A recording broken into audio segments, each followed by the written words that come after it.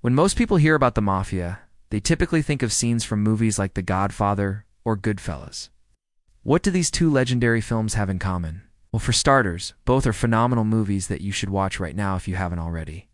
And also, they both paint a pretty accurate picture of what it was like to be a member of the Mafia during the early to mid-20th century. But there is one major difference between the world of organized crime depicted in these movies and the modern-day criminal underworld. For example, the Mafia nowadays is broken down into different branches that operate independently from each other, but they still work together when needed. And these branches often specialize in certain activities, meaning that not all members will have the same rank within their crews. With that said, here are 5 Mafia ranks that you've never heard of. Number 5. The Consigliere. Ever since the days of ancient Rome, every emperor had a consigliere, a trusted advisor who would guide them on important matters. The term consigliere translates directly to English as counselor or advisor, and this is exactly what the position entails. In modern times, though, the consigliere is more than just an advisor.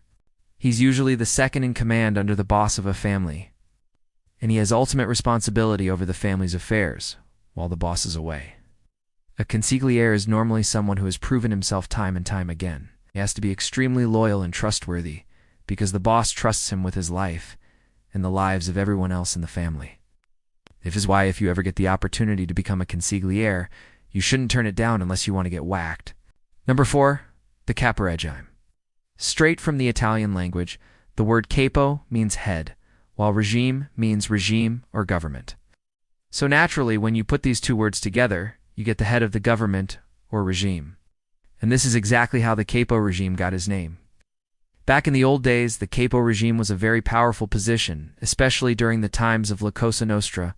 As you may have guessed, this individual was at the top of the ladder, along with the boss, underboss, and consigliere. But over time, the position lost a lot of its power. Nowadays, the capo regime is basically just a crew boss, which technically puts him at the top of the ladder within his own crew. The capo regime is responsible for the actions of his crew, and he reports directly to the boss. If anyone in the crew does something stupid and gets arrested, it's the capo regime who gets called into the boss's office and gets an earful. It's also the capo regime's job to pass down orders from the higher-ups to the soldiers and to bring any issues he is having to the boss. Just like every other position, there's some perks that come with being a capo regime. These include getting your own crew of soldiers to boss around, making a decent amount of money, and collecting respect from other Mafia members. Number 3. The soldier. Most people know what a soldier is in the Mafia, but a lot of people don't know that it used to be known as a capo mandamento. Soldiers are basically the backbone of the organization because without them, there would be no Mafia.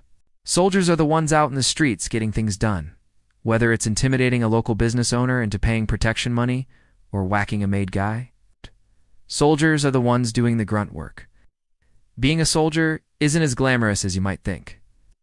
Sure, you get to collect respect from civilians and other criminals, but you're also the one who takes the orders and does the dirty work.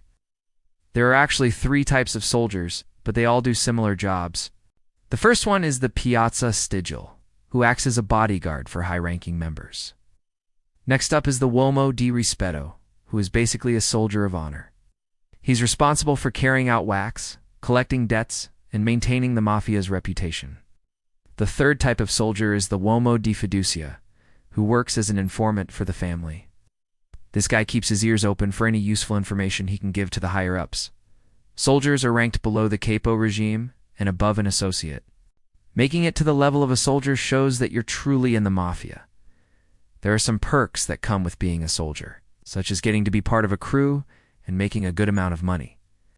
But there are also downsides, such as being ordered to commit crimes and being looked down upon by society. No to the associate.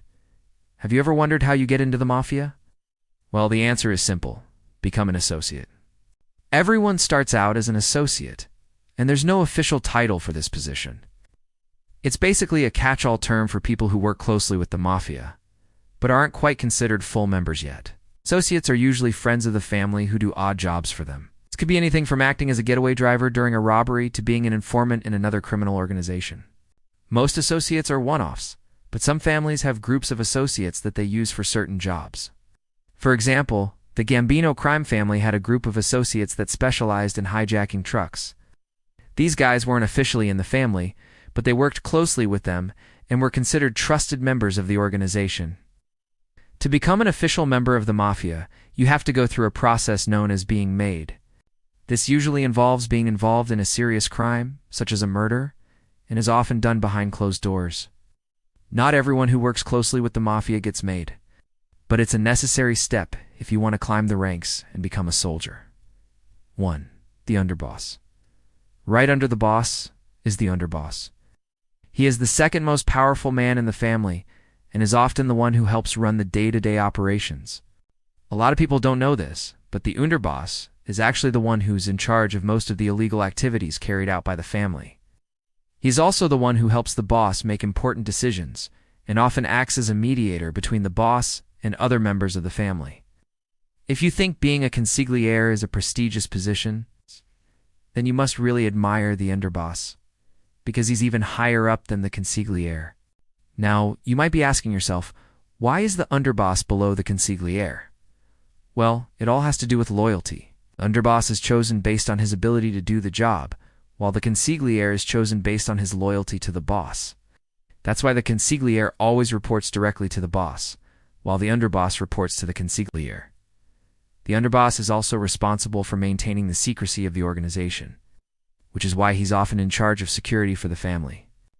He's also the one who makes sure that any loose ends are tied up, whether that involves whacking a snitch or covering up a crime scene.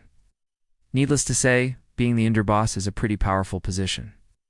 Not only do you get to help run the family, but you're also responsible for some of the most important tasks. If you're ever offered the position of Underboss, then you should definitely accept it. Now, it's time to make your voice heard. Comment below which of these Mafia ranks is your favorite. If you want to see more videos like this, then stay tuned for more content.